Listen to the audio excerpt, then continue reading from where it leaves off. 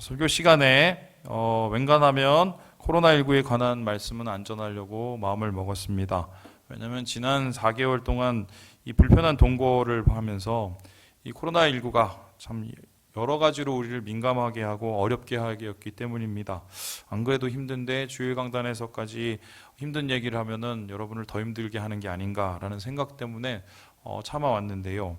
그런데 안타까운 게 지난주 상황을 여러분 보시면 알겠지만 확산세가 주춤하다가 다시 빨라지고 있습니다. 어제만 51명의 확진자가 발생을 했고요.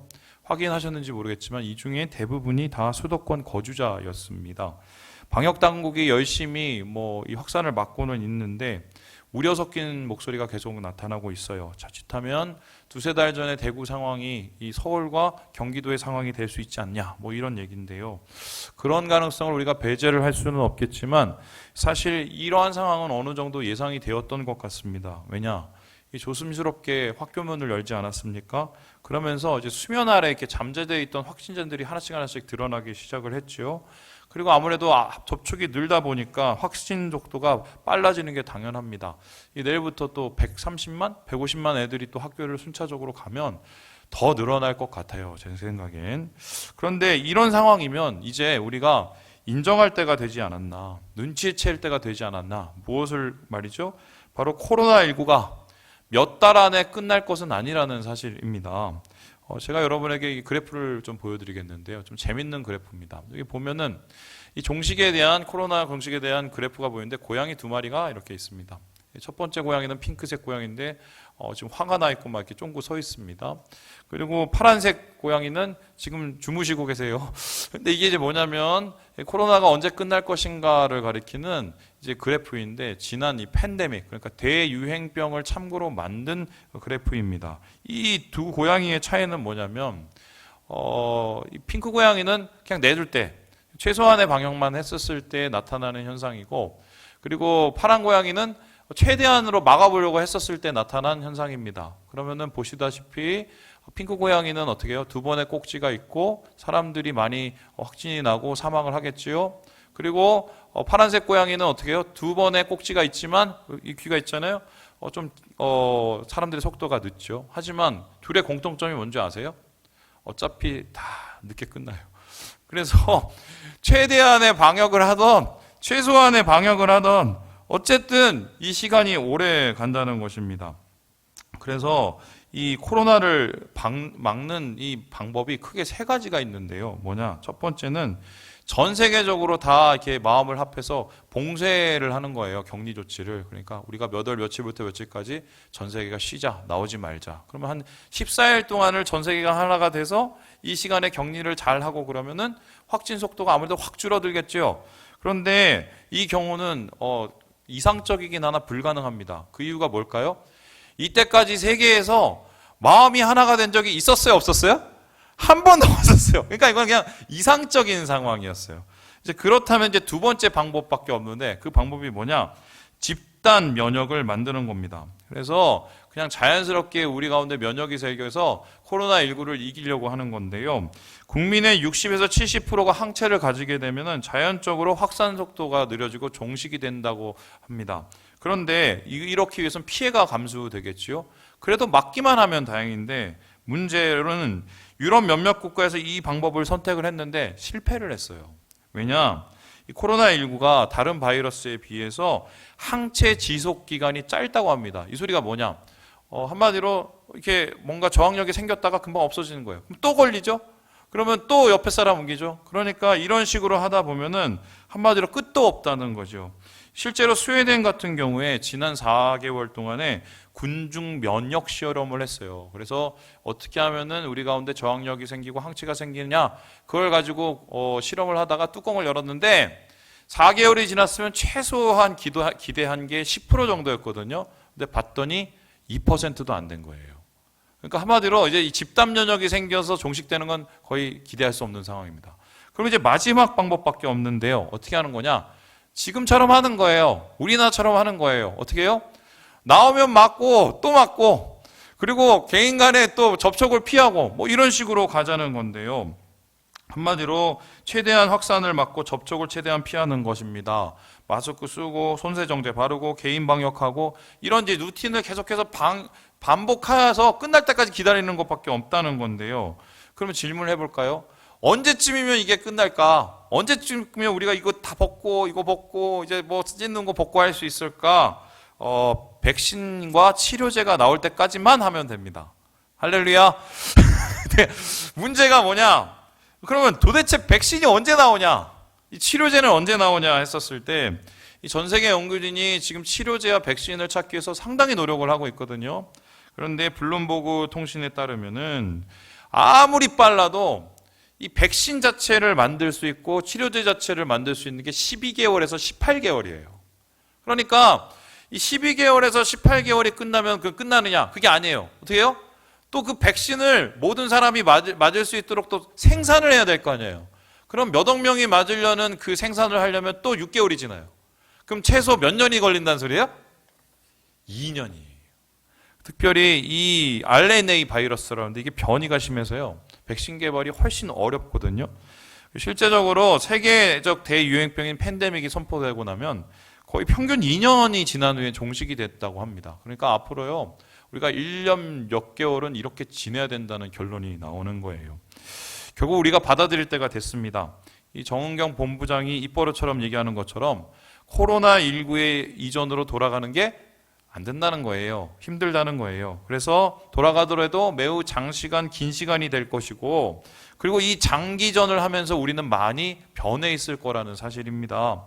그래서 최원석 고려대 감염내과 교수가 이러한 코로나에 대해서 이렇게 얘기를 했어요. 우리 같이 한번 읽어보죠. 시작. 언제 끝날지 모르고 굉장히 오래 걸릴 것이다. 장기전을 피할 수 없다면 불편한 일상을 받아들여야 할 시간이다. 장기전은 당연한 거고 그러니 일상은 불편하고 이제는 받아들여야 되는 건데요. 그럼 우리가 받아들여야 될 불편한 일상은 무엇인가? 코로나 사태가 시작되면서 신조어들이 많이 생겨났어요. 코로나 관련 신조어들인데 이런 것들을 모아보면 앞으로 우리가 겪어야 될 불편한 일상을 어느 정도 예상해 볼 수 있겠습니다. 바로 이것인데요. 보시면 알고 같이 이 코로나19가 있고 주위에 있는 연관 단어들이 있습니다. 뭐 여러분 포스트 코로나는 아마 여러분 제가 이미 말을 했죠. 코로나 시대 이후의 이야기입니다. 이게 이제 영어로 바뀌면 ACBC인데 이게 무슨 뭐 카드 이름이 아니라 애프터 코로나, 비포 코로나. 그러니까 코로나 이전과 이후가 이제 영어처럼 이렇게 돼 버렸어요. 그러면서 이렇게 코로나가 세계를 변화시키고 나서 어떤 일이 일어나느냐? 뉴 노멀 시대가 왔습니다. 이 뉴 노멀이라는 게 뭐냐면 새로운 일상이라는 건데요. 전과 다른 전혀 새로운 삶의 형태가 나타난다는 겁니다. 그러면 어떤 형태냐? 그 대표적인 게 언택트입니다. 언택트란 말은 컨택트의 반대말이죠. 컨택트는 이렇게 만지고 우리가 서로 접촉하고 얘기하는 건데 이제 이거를 그렇게 할 수가 있어요, 없어요? 못하게 된다는 거예요. 그러니까 대표적으로 뭐 드라이브 스루를 한다거나 이 드라이브 스루가 어떻게 해요? 사람들이 이제는 뭐 이 검사만 받는 게 아니라 다 뭐 나눠주고 하는 것도 다 드라이브 스루를 하잖아요. 이게 앞으로 이게 일상화가 될 거고요. 그리고 답답하기 시작하니까 어떻게 해요? 사람들이 어쨌든 소통을 해야 되니 뭘 하게 됩니까? 그냥 온라인으로 서로 그냥 문자 받고 카톡하고 유튜브 하면 이러면서 이제 소통하게 된 그게 바로 온택트, 온라인 컨택트였고 온택트가 된다는 거예요. 이제 문제는요, 이제 국가들 사이의 상황인데요. 이 국가들이 앞으로 월드 시티가 될 가능성이 많습니다. 이게 뭐냐?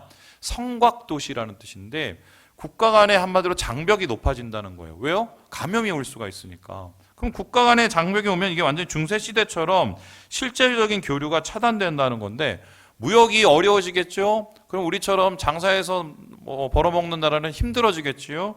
그러면서 자력 경제가 중요시 여기는 상황이 됩니다.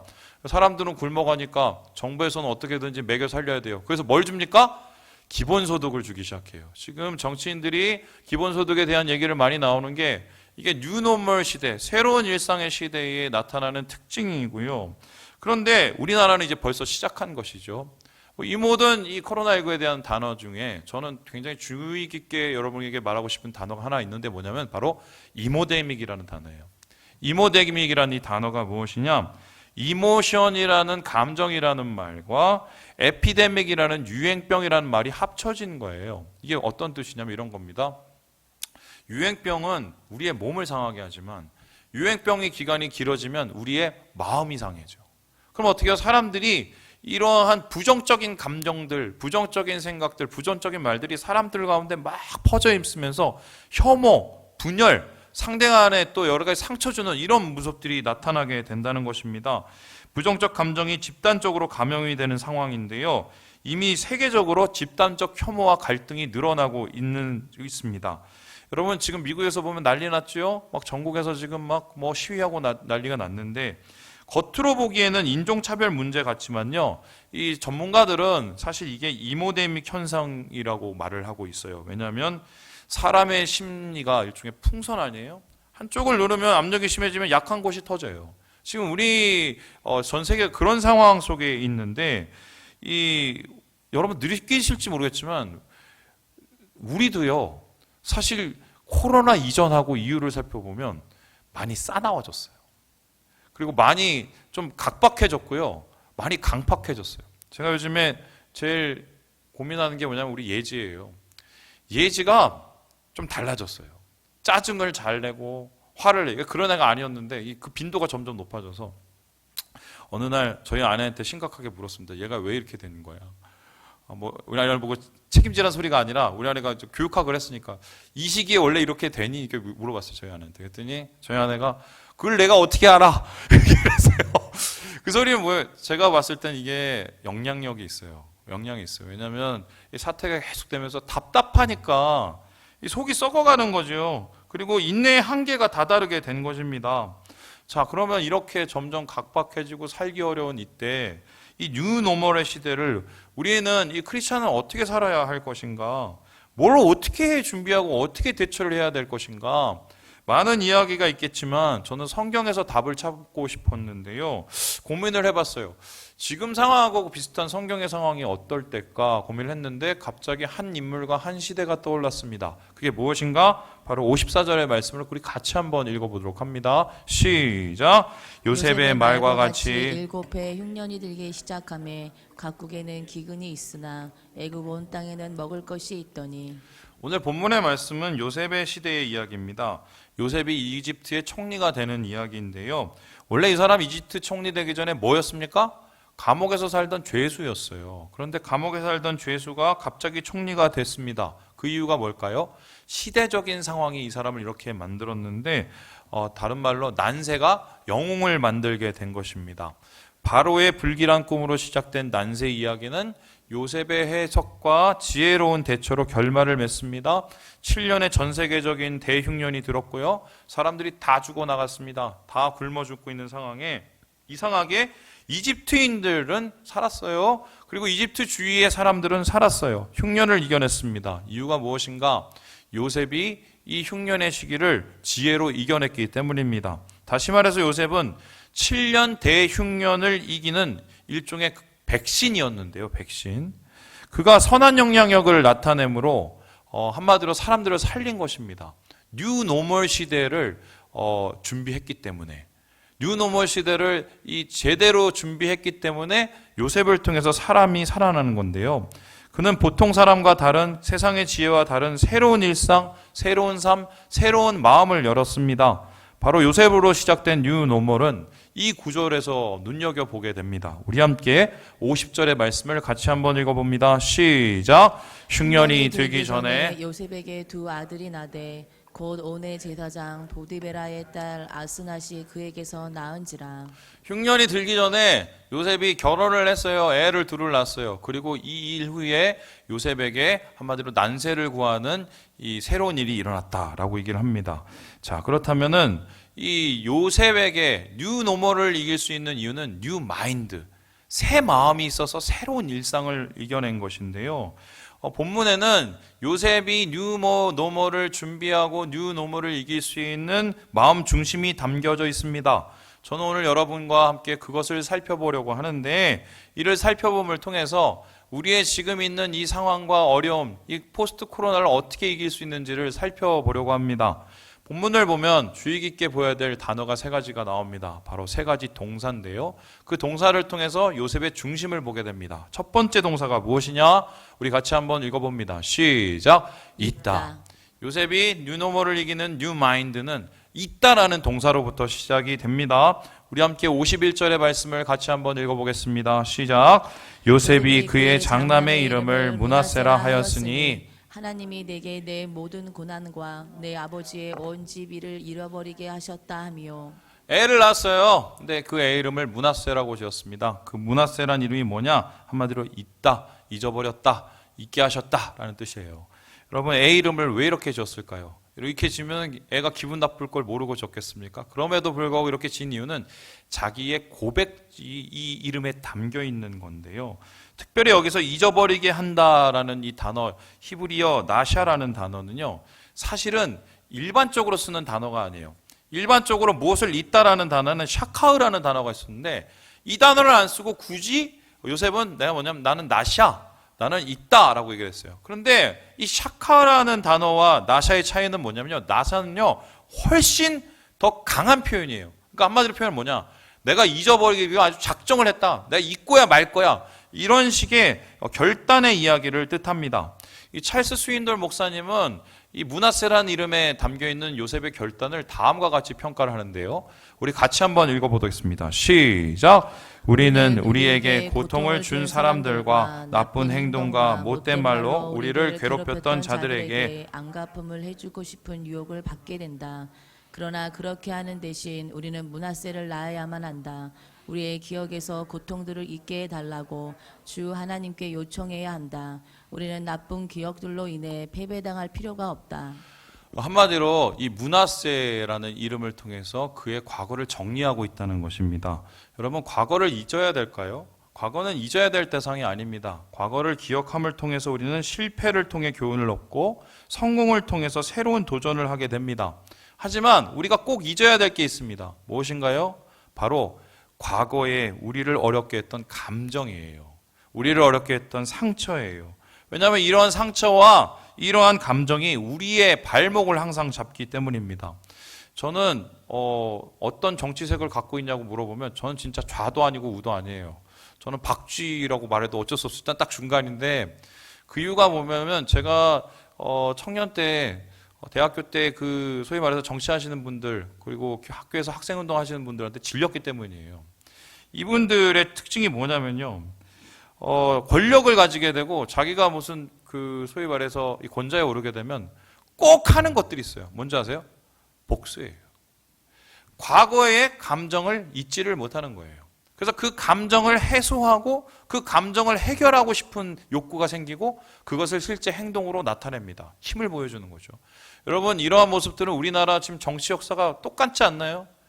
이 정권이 일어나면 이 정권을 완전히 패대기를 치고, 이 정권이 일어나면 이 정권을 완전히 패대기 칩니다. 여러분, 근데 우리가 거기에서 보게 되는 건 뭡니까? 결국 그렇게 패대기 친 사람들도 패대기 침을 당해요. 스스로 자멸하는 경우가 많습니다. 그 이유가 뭔가요? 과거의 감정을 잊지 못해서 그런 거예요.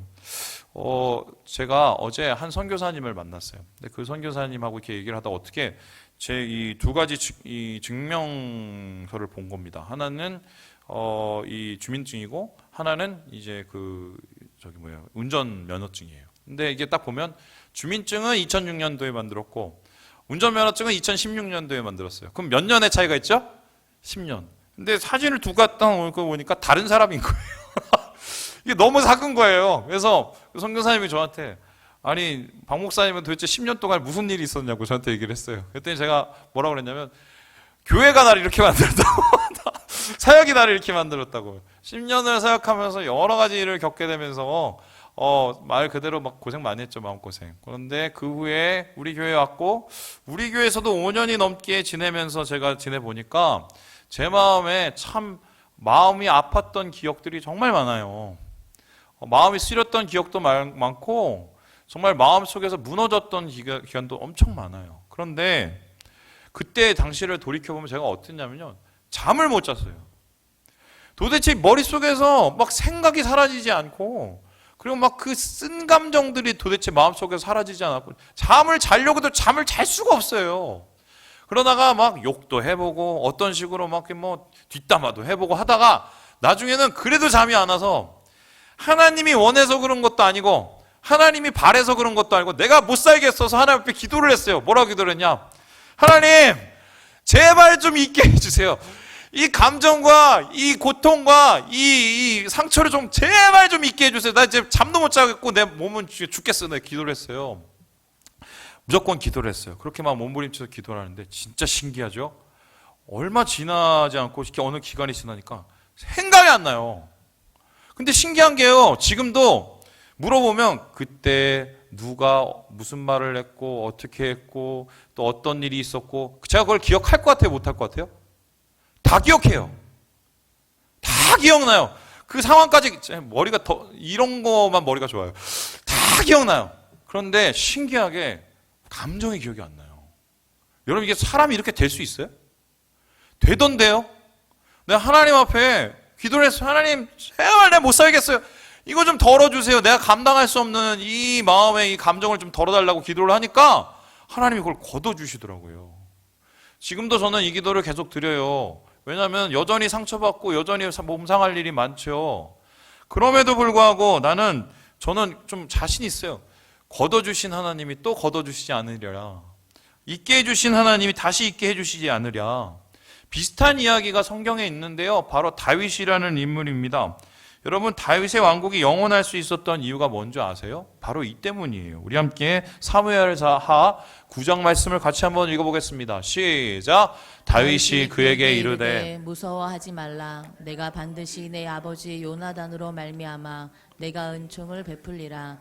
내가 내 아버지 사울의 모든 밭을 다 내게 도로 주겠고 또 너는 항상 내 상에서 떡을 먹을지니라 하니. 이 이야기는 무비보셋에 관한 이야기입니다. 무비보셋은 사울의 손자이자 요나단의 아들이었어요. 그런데 이 사람은 장기적으로 봤을 때는 다윗에게 있어서 정적이 될 수 있는 사람이거든요.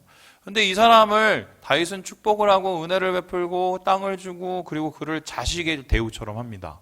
그 이유가 뭐냐? 무비보셋의 모습을 보면서 사울의 핍박은 기억하지 않고 요나단의 우정만 기억했기 때문이에요. 이러한 것이 어떻게 가능했을까? 다윗은요 하나님 은혜를 알았고요. 은혜를 알아서 그 은혜를 베푼 걸 뿐이에요. 잊었기 때문이에요. 덜어냈기 때문이에요. 마음에 상처받을 일이 너무 많지만 그 상처를 하나님 앞에 드렸기 때문에 그가 하나님과의 친밀한 영성을 이어나갔던 것입니다.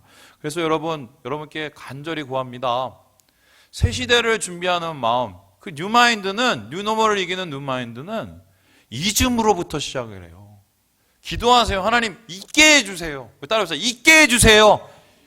이렇게 기도를 해야 돼요. 기도를 해서 하나님이 내 마음속에 이걸 덜어내시도록. 그러면서 새로운 시대 준비하는 것입니다. 두 번째로 그렇다면 이 요셉에게 있어서 뉴마인드, 새 시대를 위한 새 마음 뭘까? 우리 같이 한번 읽어봅니다. 시작. 맺다. 잊었다면 그 다음에 뭐냐? 맺기 시작하는데요. 풍성한 열매를 맺기 시작합니다. 우리 함께 52절의 말씀을 같이 한번 읽어보겠습니다. 시작. 차남의 이름을 에브라임이라 하였으니 하나님이 나를 내가 수고한 땅에서 번성하게 하셨다 함이었더라. 여기서 우리가 중요하게 봐야 될 두 가지 단어가 있어요. 첫 번째는 에브라임이라는 단어고 두 번째는 수고한 땅이라는 단어입니다. 에브라임이라는 단어는 바로 파라에서 유행된 이 단어인데요. 열매를 맺음이라는 말입니다.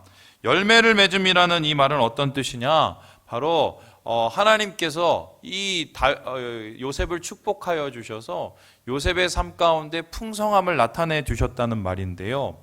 이 말이 창세기 1장에도 사용되고 있어요. 창세기 1장에서 파라라는 말이 뭘로 사용되냐? 너희는 생육하고 번성하라. 생육하다는 말이 바로 파라입니다. 그러니까 요셉은 자신의 삶 속에서 하나님의 명령을 따라서 아담에게 주셨던 생육과 번성의 축복을 누리고 있었다는 건데요. 근데 여기서 더 주의 깊게 봐야 될 게 하나님의 열매를 맺는 파라라는 이 단어가 이루어진 땅이 어디냐? 바로 수고한 땅입니다. 근데 이 수고한 땅이라는 말을 직역을 하면요, 나의 고통의 땅 안에서예요. 그러니까 이 사람은요, 그 열매를 어디에서 맺었냐? 좋은 땅, 좋은 환경, 좋은 상황에서 맺은 게 아니라 어떻게요? 자기가 가장 고통받고 괴로워하고 낭망하는 그곳, 자기가 쓰러졌던 그곳에서 하나님의 열매를 맺었다는 거예요. 여러분, 어떤 사람은 쓰러져서 넘어져서 불평만 하고 넘어지고 아무 짓도 못할 수 있어요. 하지만 요셉은 어떻게 안 그랬어요. 종살이를 살아도 안 했어요. 누명을 써도 맺었어요. 그리고 하나님 안에서 뭔가 새로운 일을 해도 맺었어요. 흉년 속에서도 맺었어요. 그 이유가 무엇인가? 바로 요셉에게는 두 무기가 있었기 때문인데요. 한 손에는 소망을 쥐고 한 손에는 성실을 졌어요. 하나님이 나를 버리지 않는다는 그 소망의 손길을 붙잡고, 한쪽에는 그래서 내가 할 수 있는 최선을 다해서 주의 뜻을 이루겠다는 이 성실이 있었기 때문에 이 사람은 한마디로 맺을 수 있었던 것입니다. 여러분, 그에 대해서 이 주변 사람들은 이렇게 이야기를 합니다. 우리 함께 39장 말씀을 같이 한번 보게 됩니다. 시작. 그의 주인이 여호와께서 그와 함께 하심을 보며 또 여호와께서 그의 범사에 형통하게 하심을 보았더라. 여러분, 이 말씀을 그냥 지나칠 수 있어요. 아유, 요셉 축복해 주셔서 다 잘 되게 해주셨지, 이런 말 같은데요. 사실 이 말이 보디발도 했고요, 간수장도 했고요, 바로도 했어요. 근데 이 말의 비밀이 뭔지 아세요? 이 사람이 뭔가 실적을 얻고 뭔가 열매를 맺기 전에 이미 뭔가를 하고 있었어요. 뭘 하고 있었어요? 소망을 가지고 무너지지 않고 성실한 모습을 하고 있었어요. 그러니까 옆에서 보고 이상한 거예요. 저놈 새끼 이상하네? 아니 웃을 상황이 아닌데 왜 웃어? 저거 지금 막 승질내야 되는데 왜 뭔가를 열심히 해? 이상한 거예요. 봤더니 제가 하나님 믿네. 그런데 저렇게 열심히 하네. 하나님이 함께 하나? 그러고 봤더니 나중에 뭔가 나타나기 시작하는 거예요. 이게 바로 요셉을 향한 많은 사람들의 평가였어요. 여러분, 우리는 한마디로 다른 사람의 눈에 하나님의 형통처럼 보여야 되는 사람들이에요. 성도들의 고난은 결실을 촉진시키고요, 눈물의 골짜기는 우리의 영혼을 만드는 계곡이 되는 것 아니겠습니까? 여러분, 이와 같은 노력으로 요셉은 총리가 돼서 계속 소망과 성실을 가지고 일을 했어요. 그리고 풍년 동안 곡식을 저장하고 흉년에는 열심히 또 더 일을 했어요. 성실과 소망으로 어려움을 이겨냈던 것입니다. 그리고 이러한 모습들은 그 이후에 다윗에게까지 이어지게 되는데요. 우리 함께 사무엘상 17장 말씀을 같이 한번 읽어보겠습니다. 시작. 손에 막대기를 가지고 시내에서 매끄러운 돌 5을 골라서 자기 목자의 제구 곧 주머니에 넣고 손에 물매를 가지고 블레셋 사람에게로 나아가니라. 여러분, 블레셋 사람이라는 건 골리앗이죠. 거인 골리앗을 다윗이 이겼던 이유가 뭡니까? 물맷돌 때문이었어요. 그럼 이 물맷돌은 도대체 어디서 준비됐나요? 가장 외롭고 괴로웠던 그 양치기 생활에서 뭔가를 성실히 중견하고 뭔가를 지키기 위해서 노력했던 이 바로 다윗의 성실이요 소망이요 다윗의 열매였단 말이죠. 여러분, 코로나 바이러스 때문에 아무것도 못하는 것 같지만 우리가 할 수 있는 게 되게 많아요. 왜냐하면 물맷돌 준비할 수 있는 기간이 바로 이 기간이기 때문인데요. 바로 요셉은 주님 안에서 잊었고요, 맺기로 작정을 했고 그 맺음 속에서 열매를 보기 시작했다. 우리가 이것을 통해서 그의 마음을 보게 되는 것입니다. 마지막으로 이 요셉의 마음속에 있었던 이 마음의 중심은 무엇이었을까? 우리 같이 한번 읽어보겠습니다. 시작. 열다. 잊었어요. 그리고 어서요, 맺었어요. 그리고 이제 그 맺은 것을 열기 시작합니다. 우리 함께 56절의 말씀을 같이 한번 읽어봅니다. 시작. 온 지면에 기근이 있음에 요셉이 모든 창고를 열고 애굽 백성에게 팔세. 애굽 땅에 기근이 심하며 7년의 기근이 지나는 동안 애굽 땅은 살았습니다. 그런데 애굽 땅만 사는 게 아니라 어떻게 해요?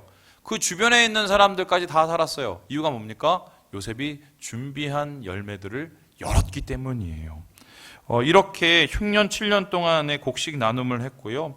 이 곡식을 나눔을 통해서 최악의 결과로부터 이집트를 구했고요. 이집트는 이후에 중동 전체를 위한 허브, 중심이 되게 됩니다. 그리고 이러한 지혜로운 대책 때문에 이집트는 국제 무대에서 위치가 부상하고요, 동시에 많은 부를 얻을 수 있었다라고 이야기합니다. 말 그대로 요셉이 나라를 구하고 사람을 구하고 생명을 구하게 된 것이지요. 이것을 가리켜서 뭐라고 합니까? 축복의 통로라고 합니다. 축복의 통로. 여러분, 그래요. 보통 사람들은 뭔가 생기고 쥐고 얻게 되면요, 그거를 열고 나누려고 잘 안 해요. 맞죠? 더 쥐고 더 가지려고 합니다. 왜요? 잃을까 봐. 그런데 요셉은 왜 열매를 맺었나? 열기 위해서 맺었어요. 말 그대로 공부해서 남준 사람이 바로 요셉인데요. 이러한 모습을 통해서 진짜 하나님의 형통이 무엇인지를 주변 사람들에게 나타낸 것입니다. 결국 교회는요, 부흥을 준비해야 돼요. 코로나를 통해서 새로운 부흥을 준비해야 돼요. 어떤 부흥을 준비해야 되냐? 하나님께서 이 어려운 시대 속에서 열물 통해서 새 생명이 일어나는 그 부흥을 준비를 해야 돼요. 요셉처럼요. 어떻게 하면 이런 일을 할 수 있을까? 무엇부터 시작할 수 있을까 고민을 하다가요, 제가 신문 기사를 하나 봤는데 거기서 가능성을 찾았어요. 그게 누구냐? 바로 이 사람들이에요. 보여주시죠. 이분들은 이제 장덕 마을에 있으신 분인데요. 이 평범한 농촌이고요. 전라도 어디에 있는 농촌 마을, 몇 명 안 되시는 분이에요. 저기 보시면 우리 그 외미마을하고 비슷하죠? 느낌이 비슷해요. 근데 여기 보니까요, 어떤 일이 일어나냐? 코로나 바이러스 막 터지고 뭐 3월, 4월 때 이분들이 좀 부각이 됐었어요. 이유가 뭐냐? 이분들을 통해서 신기한 일이 나타났는데, 다른 사람들이 다 대구를 향해서 야 신천지 때려잡을 놈, 대구는 절대 가지 마라, 뭐 경북은 다 망했다, 뭐 이러고 있었을 때 이분들이 대구 사람들을 향해서 위로하고 격려하고 물품들을 만들어서 그들한테 보내는 일들을 했어요. 지역 감정이고 뭐가 없어요. 그냥 그렇게 흘려 보냈어요. 그래서 신기하고 어떻게 이런 일이 일어나는지를 봤더니 사연이 있었어요. 어떤 사연이냐? 이 마을이요, 5년 전에 문제가 있었던 마을인데 메르스 샀을 때 확진자가 발생한 곳이에요. 51번째 메르스 환자가 여기서 발생을 했는데 강모 씨셨는데요. 72세였어요. 그런데 그 확진자가 메르스 때문에 죽었어요. 그 후에 어떤 일이 일어났냐? 이 장덕 마을이 한마디로 메르스 마을이 됐어요. 그 메르스 마을은 사람이 갈 수도 없고 막 거의 그 세균 취급을 하고 막 이런 어려움을 당한 거예요. 그 어려움을 당해서 고난을 당했고, 그 고난을 당하 보니까 남의 일이 같지가 않은 거예요. 그래서 이러한 상황을 이렇게 이분들이 표현을 했는데요. 우리 한번 같이 한번 읽어볼까요? 시작. 당하는 입장에서 얼마나 속을 후벼 파는지 아느냐. 우리도 그랬다. 어떻게든 살아서 이겨내기 벅찼지만 그 이후의 삶도 너무 불안했다. 그래도 우린 14일만 버티면 됐다. 코로나19는 그런 기약이 없으니 얼마나 힘들겠냐. 이럴 때일수록 잘 이겨낼 수 있다며 서로 다독이는 게 제일 중요하다. 자기가 당해보니까 아는 거예요. 저 사람들이 얼마나 힘든지 아는 거예요. 공감하죠. 공감을 하면 위로를 합니다. 격려를 해요. 남의 탓 안 하고 그 사람의 마음을 이해하려고 하지요. 여러분, 예수 믿는 사람은 누구보다도 공감 능력이 뛰어나야 돼요. 왜 그렇습니까? 우리는 십자가의 고통으로 죽으신 예수를 믿기 때문인데요. 예수님의 십자가는 세상의 모든 아픔과 모든 고통에 대한 공감이에요. 그 공감 때문에 우리가 살아난 거죠. 그 공감 때문에 우리가 생명이 나타난 것 아니겠습니까? 그럼 예수를 믿는 자들은요, 이 장덕마을보다 더 장덕마을다워야 된다고 생각을 해요. 주변 사람들에 대한 공감, 위로, 격려, 마음을 열매를 통하는 우리의 풍성한 열매들을 나누는 그 준비. 뭐 있어야 나누죠. 그러면 어떻게 해요? 잊어버려야 돼. 그리고 어떻게 해요? 뭔가를 시도하고 맺어야 돼요. 그리고 그거를 아낌없이 나눠줄 수 있는 그 교회, 그 교회가 제가 볼 땐 코로나 이후에 부흥하는 교회가 될 줄 저는 믿어요. 그래서 저는 이렇게 얘기하고 싶어요. 우리 교회가 그런 교회가 돼야 된다. 열린 교회가 되어야 된다. 우리 교회가 이 코로나 시대에 정말 빛이 되는 교회가 된다. 이렇게 저는 생각을 합니다. 말씀을 마치려고 합니다. 근데 뭔가 좀 2% 부족한 것 같아서 뭐가 부족할까 제가 고민을 했는데 바로 이거였어요. 보여주시죠. 있다, 맺다, 열다 앞에 한 가지 단어만 더 붙었으면 좋겠다라는 생각인데요. 뭐냐? 우리 같이 한번 읽어봅니다. 시작. 하나님 때문에. 요셉이 어떻게 잊을 수 있었을까요? 하나님 때문에 잊은 거예요.